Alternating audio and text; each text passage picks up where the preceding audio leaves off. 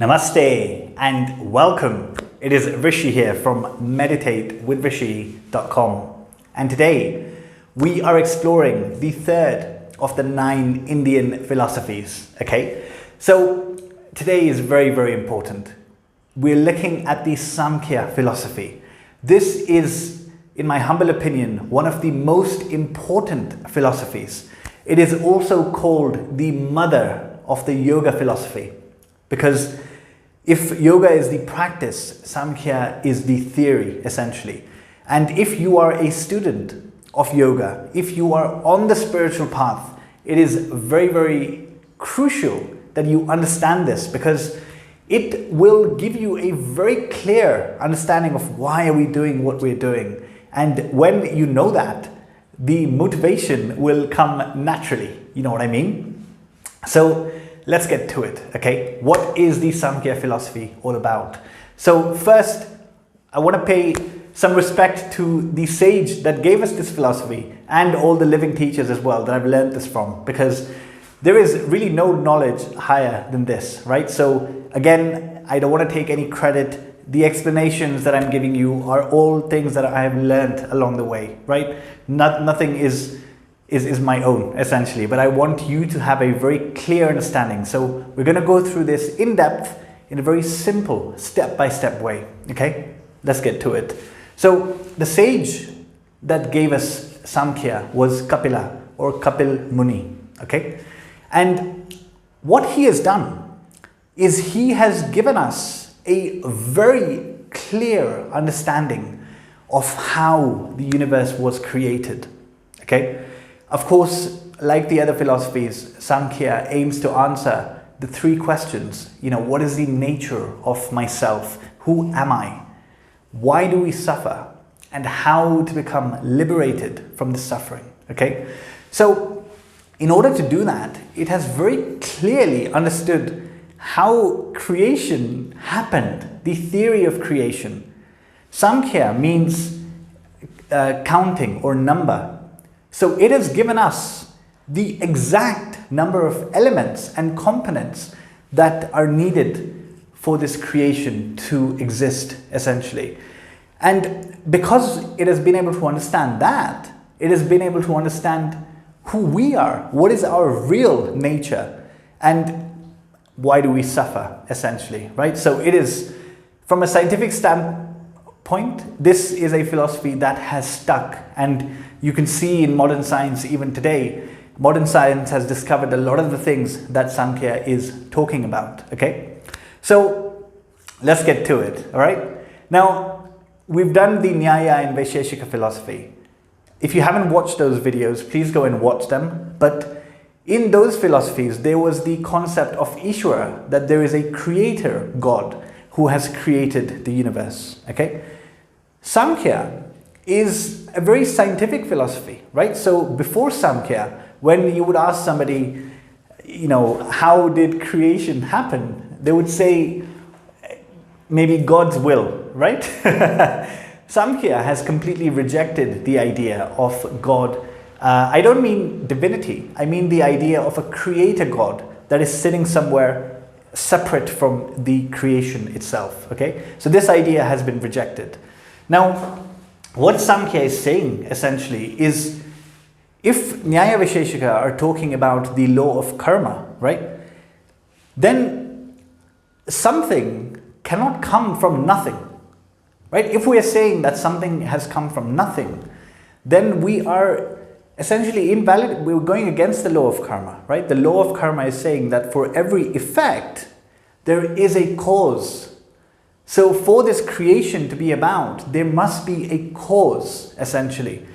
There must be something that it is coming from and can go back into, right? So what Kapil Muni is saying is that when I look around, what I see is, I see 2 things that are constant, okay? Matter and energy. Matter and energy are always around, right? So for example, this pen is matter, essentially, right? Inside it is, you know, vibrating, there is some energy in the pen.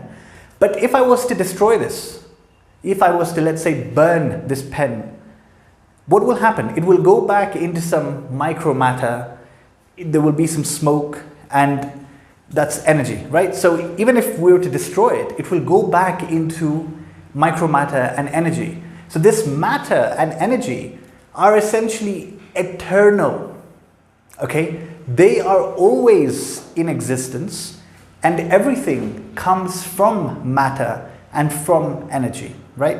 So modern science, physics is also saying the same thing, essentially. Now, how did creation happen then, right? Because, so there is matter and there's energy, but how did creation happen, essentially?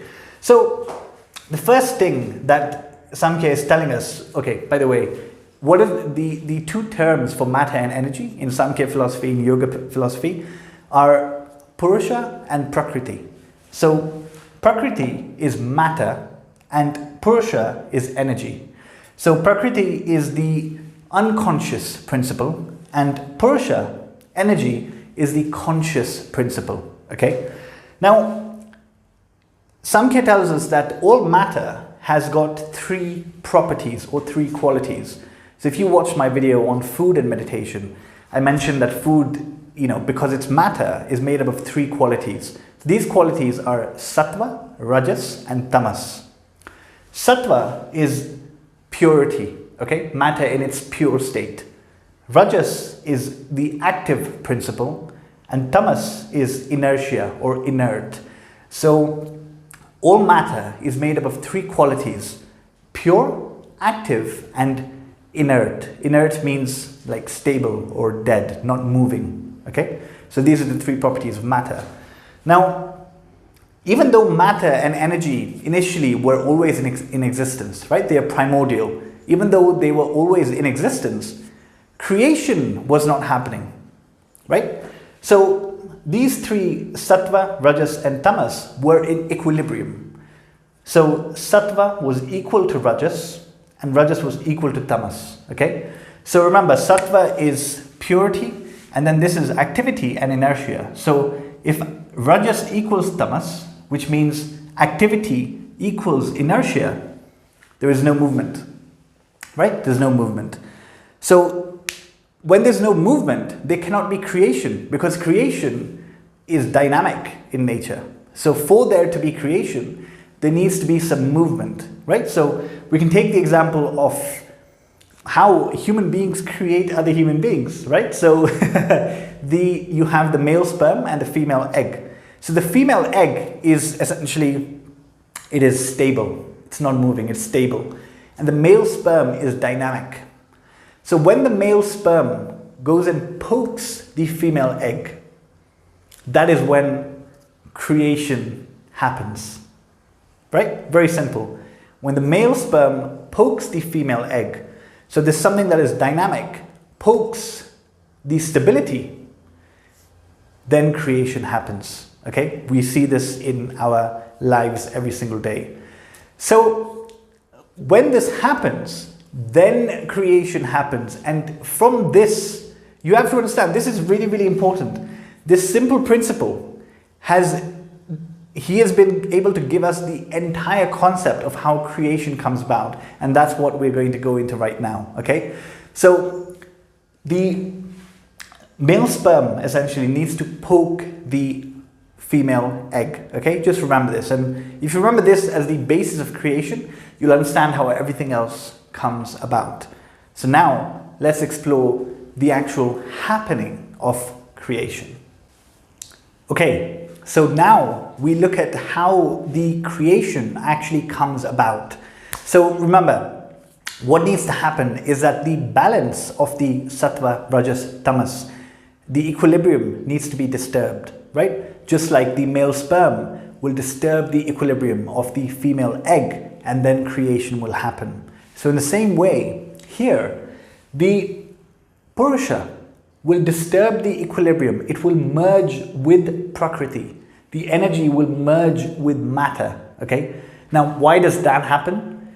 You may have heard the saying that consciousness wanted to experience itself, right? There's many different theories, but ultimately, Purusha merges with Prakriti, and the first thing that is created, the process of creation, the first thing that happens is the arrival of Mahad.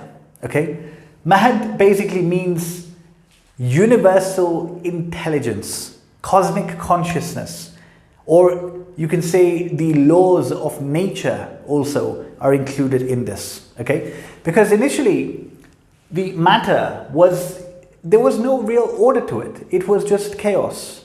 And then when the arrival of Mahad is there, this matter becomes a bit organized.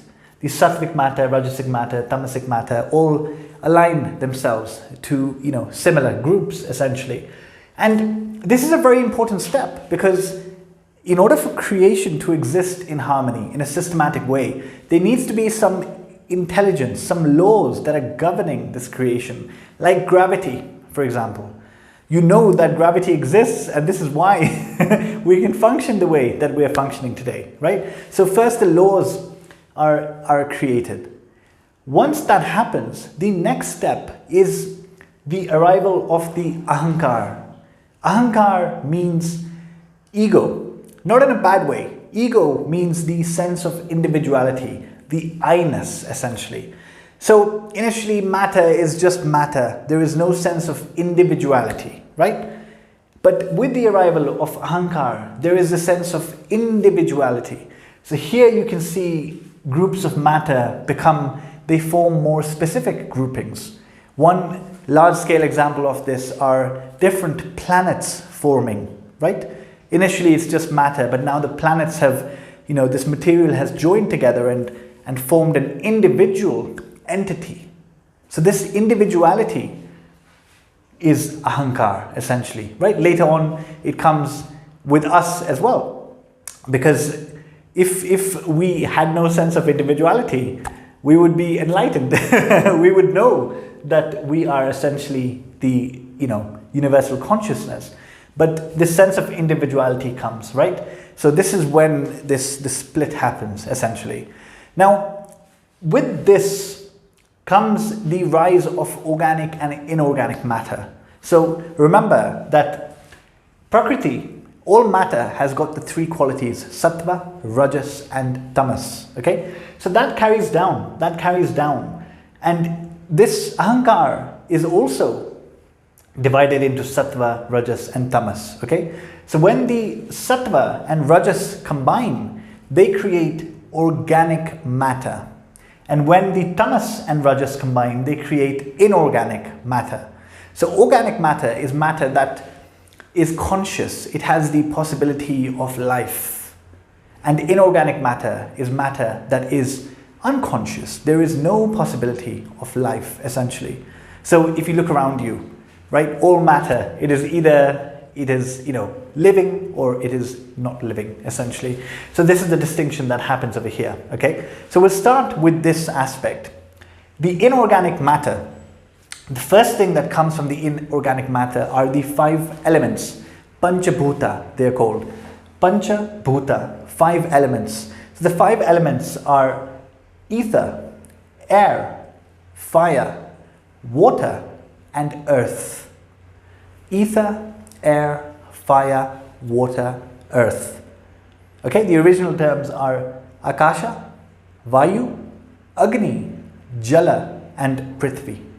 Okay, now once the 5 elements are there, these 5 elements, they give rise to a way of experiencing these elements, the 5 objects of perception, or the panch tanmatras. Okay, so the panch tanmatras, right, the ways to perceive the qualities of these elements are sound, touch, vision, taste and smell. Okay, so from the inorganic matter comes the 5 elements, the panch bhutas, and then the 5 objects of perception. Okay, now we go to the organic matter, the matter that has got possibility of life. So this is, including us, all animals, all species essentially. So this is divided into 3. Okay, there are essentially, the first thing is the mind. right? We all have, if we are a living being, there is a mind, okay? So notice here that mind is actually matter in nature. Mind is material in nature, and it is sattvic in nature, okay? More on this later on. But from the organic matter, right, for the living beings, for the where there is possibility of life, what comes is mind, and then our motor and sensory organs. Mind, motor, and sensory organs, okay? So if we look at it in this way, the 5 objects of perception that have been created in the universe are sound, touch, vision, taste, and smell. So in order to experience these, because we wanted to experience these, we developed the sensory organs, the ears, the skin, the eyes, the tongue, the nose. So this is actually, they have come from evolution. The theory of evolution is actually given here thousands of years ago, right? So because we wanted to experience, right, because consciousness wanted to experience itself, it merged into Prakriti. Because now the development of that, we wanted to experience these objects of perception created by the 5 elements. We have now created our, for sound, ears, for touch, skin, for vision, eyes, etc. And this is why you can see that different animals, human beings have got all of these, but different animals have got different objects of perception, right? What is needed based on their environment, essentially. So we adapt and evolve based on the environment. That is the law of nature. Now, the sensory organs, you know them. The motor organs, just to go through them, are your hands, your feet, your tongue for speech, and then your anus and genitals, right? So this is required for, life sustenance, right? To act and essentially survive. So here we have it. This is the theory of creation. In total, Samkhya has said that there are 25 elements or components that are governing this creation, that are needed for creation to exist and, survive, essentially. So Purusha merges with Prakriti, right? To disturb the equilibrium, like the male sperm into the female egg. That creates Mahad. It creates this universal intelligence, universal law, okay? The laws of nature are created. Cosmic consciousness, the universal mind is created, essentially. Now, our individual mind, right? This, which is a product of this ahankar, our individual mind, if it can merge with the universal mind, so it's called buddhi, okay? Buddhi. If it can, like this is why the Buddha was awakened. So Buddha it comes from buddhi, right? It means the awakened one. So when the individual mind, I haven't put it here just to keep it simple, but when it merges with the universal mind, then anything is possible. You have become one with the universal intelligence. Then anything is possible. Anything you want to do is possible. Anything you want to create is possible, essentially. So after Mahad, right, universal intelligence, comes the sense of I-ness. From the I-ness, which is divided into sattva, rajas, tamas, comes inorganic and organic matter. The inorganic matter gives us the 5 elements, then the 5 objects of perception. Then the organic matter, which is us when we come into play to perceive this, we have the mind, the 5 sensory organs and the 5 motor organs. Okay, of course it'll be different for different species, etc., etc. But this, in a nutshell, in a very simple way, is the theory of creation according to Samkhya philosophy. Okay, now let us go into the questions that we are trying to answer, which is, who am I? What is the nature of the self? Why do we suffer? And how to become free of suffering? Okay, so let's look at what does Samkhya philosophy actually teach us in this regard. So the first thing that it teaches us is the basic nature of the universe, which you can see in these 25 elements, and the basic nature of our mind. Our mind, you learn over here, is material in nature. Mind is matter. Mind is material in nature. When you die, the mind dies as well. Mind is also sattvic in nature. It is pure in nature, which is why when tamas starts to enter the mind, it is not healthy. So in the video on food, we looked at, tamasic food like alcohol or meat is not good for the mind, right? because it's of a different quality and it pollutes the mind. So for us to be content and happy and have that clarity, eating sattvic foods is very good. What else does Samkhya teach us? It teaches us essentially that universal intelligence is it is a part of life. It is a real thing. So this is something, I remember which my teacher, taught in a very simple way, that we make simple mistakes of intelligence. We make simple mistakes of intelligence. So for example, you have night and day, right? We should wake up when the sun rises and sleep essentially at night. And just a simple thing. In this day and age, many people, many teenagers, right? I've got siblings at home, don't follow this. And because they don't follow this, it disturbs the entire rhythm. It disturbs the entire rhythm. And then after that, there's a scrolling on Instagram, all these things, it just disturbs the entire rhythm. And, from there sickness comes, right? Or basically not eating foods that are good for the mind, foods that are sattvic in nature. We want to eat foods that are completely dead, that are on supermarket shelves for, months and months, right? Being preserved. That is not real. That pollutes the mind. And then we say, I'm depressed. These are all causes. So if we just learn to live in harmony with nature, it will be very beneficial for us, okay? All right. Now, I know it's the end, but this is the most important bit. So just hang on for a few more minutes. Now we answer the question, why do we suffer? Okay. What is the cause of suffering? How to get free of suffering? And what is my real nature? Okay. So according to Samkhya philosophy, the cause of suffering is ignorance of our true nature. It is ignorance of our true nature, okay? So our true nature, according to this philosophy, is something that is constant, not something that is changing. So if you look, these are the two elements of creation, matter and energy. Now matter is something that is always changing. All this represents your body, right? Your body is always changing. When your body dies, this will also die. So this is not a permanent situation going on here. This is not permanent. This is temporary. What is permanent? The Purusha. The Purusha, the energy, the consciousness behind everything is what is permanent. And this is your true nature, according to Samkhya philosophy, right? So because we have, so why does this Purusha forget? Why is there this disillusion essentially? It's very simple. You can see it in this diagram. It's because of the ahankara, because of the ego, because of this sense of I-ness, this individuality. This individuality comes into play, and the Purusha forgets that it is the universal Purusha. It forgets that it is the universal consciousness. It starts to believe that it is an individual consciousness.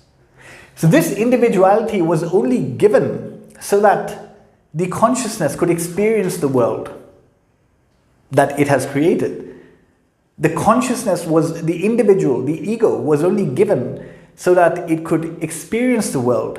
However, the ego, the sense of I-ness, has actually made us forget that we are not this individual entity, that we are the supreme Purusha. We are the universal consciousness.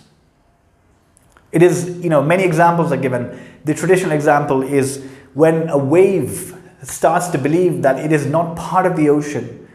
The wave starts to believe that it is individual, separate from the ocean. That is not true. It may come out for a bit, but ultimately it will merge back into the ocean. The same with our consciousness. Another example is like when you play a video game. If you're playing a video game and you have the control in your hand, and there's a character like Super Mario that you are controlling, and slowly you get so involved in the game that you forget that you are the one playing the game. You start thinking that you are the character in the game, and if he dies, then you suffer, right? So this is another example. So why do we suffer? Because of ignorance. Ignorance of our true nature, as Purusha, as the universal consciousness, right? So what is the answer to get rid of suffering then? Very simple. Remove the ego. Remove the ego. If you remove the ego, if you remove the ahankar, if you remove the sense of I-ness, then you will merge back into your true nature as Purusha. You will merge back into your true nature as universal consciousness. The individual consciousness will merge with the universal consciousness. And then you will be free of all suffering. You will be beyond the cycle of life and death, good and bad, birth and rebirth. Then you will be liberated because you will know and rest in your true nature. Okay? Now, simple, right? Remove the ego. Very, very simple. So how do you do this now, right? How does this union happen? This union of the individual consciousness with the universal consciousness, the individual Purusha that has been created because of ego, with the universal Purusha. How does this happen? How does this union happen, right? Union actually means yoga. Union means yoga. So Samkhya philosophy is telling us that it is possible for the individual to merge with the universal. If you remember in the previous philosophies in Nyaya Vaisheshika, this union was not possible because God was a separate entity that was separate from creation. We covered this yesterday, right?